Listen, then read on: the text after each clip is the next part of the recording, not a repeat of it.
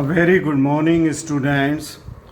This video is for the Viva on the fibula. For Viva purpose, the fibula is a difficult bone because its borders and surfaces are not well demarcated, because this seems to be a little twisted bone. Okay, but anyway, I will give you some of the important questions which are asked on the fibula by most of the examiner. The first question which can be asked as soon as you hold the bone in your hand is that how you will identify which is the upper end and which is the lower end of the fibula. For this question, okay, you can answer that the upper end is rounded, okay, but the lower end is quite broad, okay, and flat from side to side. It is the flat end. There is a bony projection going downward, and that is called as the malleolar process or the lateral malleolus of the fibula. So then you will see that on the upper end there is a facet, okay, a oval facet is there for its articulation with that of the tibia to form the superior tibiofibular joint. But if you will see the lower end, there is a triangular facet onto the medial side of the bone, and this triangular facet articulates with that of the talus, not with that of the tibia. Tibia articulates with the fibula by an upper rough area which is present in front or just above that the triangular articular facet for that of the talus, right? So this rough area is forming the lower tibiofibular joint, which is a fibrous joint. Then in the lower end, what you will see that just inferior to that, postero-inferior to this triangular articular facet, there is the presence of a fossa, what is called as malleolar fossa. Okay, this is for the attachment of the ligaments. So there is a deep depression or malleolar fossa, and onto the lateral surface there is, as I said, is present of the malleolus. Okay, the fibular malleolus or lateral malleolus, okay, of the fibula is located here. So then it is easy to say that the upper end is rounded and with an oval facet on the top of it, okay, but on the lower end there is a triangular facet and a malleolar fossa present onto the lower end. Thus you will differentiate which is the upper end and that of the lower end. Okay, now then he will ask you what features are at the lower end. Okay, he may ask which will help you to identify the side of the bone. Then you say that this triangular articular facet is on the medial surface of the fibula, and this malleolar fossa, which is the depression, it lies postero-inferior. It lies postero-inferior to this triangular articular facet, and these two facts will help me to identify the side of the bone. Then naturally the next question will be to which side your bone belongs, okay, to which side. Then you just concentrate for the side determination in fibula only onto the lower end, only onto the lower end. Now the lower end should be like this, that the triangular articular facet should face medially, okay, it should face medially, not laterally, okay, if it is facing towards the median plane, and then take care that this malleolar fossa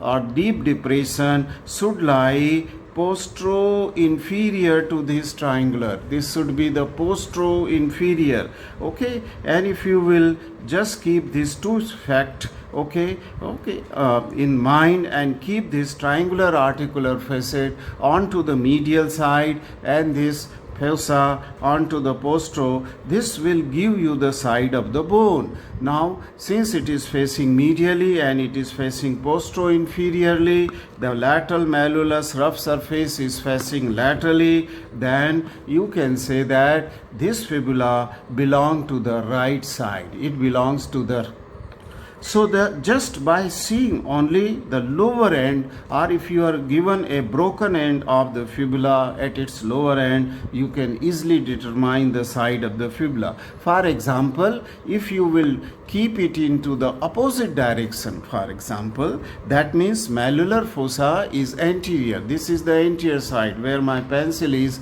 it is anterior. So the malleolar fossa is antero-inferior and triangular articular facet is even medially. Then you cannot say that this belongs to the left side, because it is wrong. The malleolar fossa should be not antero-inferior but postero-inferior to this triangular articular facet. I hope that this is clear to you. Now then, usually if you are a bright student, just to take your knowledge, he may ask you, show me the different borders and surface. I will just keep this bone like this, and suppose this is the median plane where my sharpener is here. This is the median plane is here. That means tibia is on this side of the fibula. So this is the, as we have already decided that this is the right side of the fibula. So this is the right lower limb. This is the median plane, and the left limb will be here. So this is the fibula is here. So for example, then you start tracing the border, and the sharp border, while keeping it into anatomical position, you just trace the border from the head, and then this is the sharp border which I am tracing with my pencil. This sharp border will be going towards the lower end, and at this point it will split into two, okay, and this triangular area which is formed by the splitting of the anterior border is just going to form the lateral surface of this malleolus. Okay, this is the fibular malleolus or the lateral malleolus. So this is that sharp border is anterior border. Then try to find out onto the medial side there will be another border very close. See this. This is the beginning here. This is very close to the anterior border. See this sharp border? This border is going, and then this border will go to this rough area above the triangular articular surface on the medial side. This border, which is very close to the anterior border, is called as interosseous border. It is called as. So this is the anterior border and this is interosseous. Just show your examiner these two, and then say that this surface between the anterior and interosseous border is very narrow surface. This is very narrow surface, and this is called as anterior surface, or sometimes it may be also called as medial surface. Then he may ask you, show me the posterior border. Then you turn the bone, and then you medially, and then you can see that another prominent border, but it is not sharp, it is rounded, it is going here from above. This border is the posterior border, okay, and between the anterior border sharp and this rounded posterior border, this surface is the lateral surface, and if you will trace this lateral surface, it will go on to the posterior surface of the lateral malleolus, where groove is present for the passage of the peroneus longus and brevis tendon on the posterior surface of the lateral malleolus. Then you turn the fibula onto the medial side, lateral side. This was anterior border, this was interosseous border, which we already seen the anterior medial surface. Then between interosseous border and then between this posterior border, okay, which is a long area.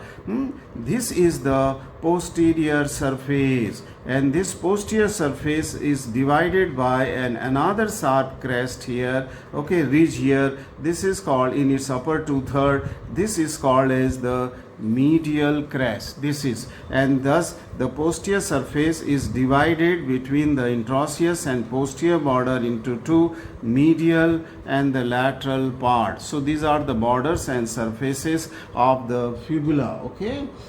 Now then he may ask one or two particular feature. If you are doing very well, then he may ask you, show me the attachment of peroneus longus and brevis. The peroneus longus is attached onto the lateral surface in its upper two-third, and the peroneus brevis is inserted in its lower two-third part of the fibula. So both the muscles, peroneus longus is above and peroneus brevis is below. But in the intermediate one-third part, peroneus brevis will lie anterior, means towards the anterior border, okay, of the peroneus longus. So it is anterior and peroneus brevis in its middle, because both are taking origin from here. They will lie one after the other in intermediate third. Peroneus brevis anteriorly and peroneus longus brevis, and then both the tendon when will form, they will go on to the groove posterior to the lateral malleolus here, okay, onto the posterior aspect of the lateral malleolus.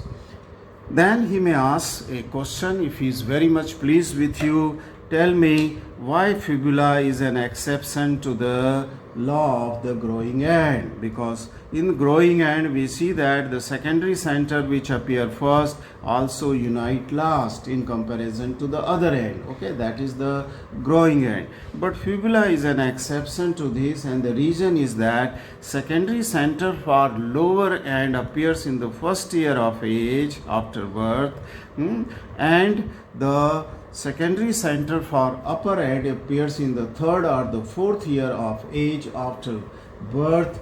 And then, but this, since it has appeared lower end center in first year, it should unite last. But instead of that, just defying the law of the growing end, it unites in 15 to 16 years. So that means it appeared first and united first, because the upper end secondary center which appeared in third or fourth year will unite with that of the shaft by the age of 19 years. So that way this fibula as a long bone is only exception to that of the law of the growing end. Thank you very much for watching this video on the viva on the fibula.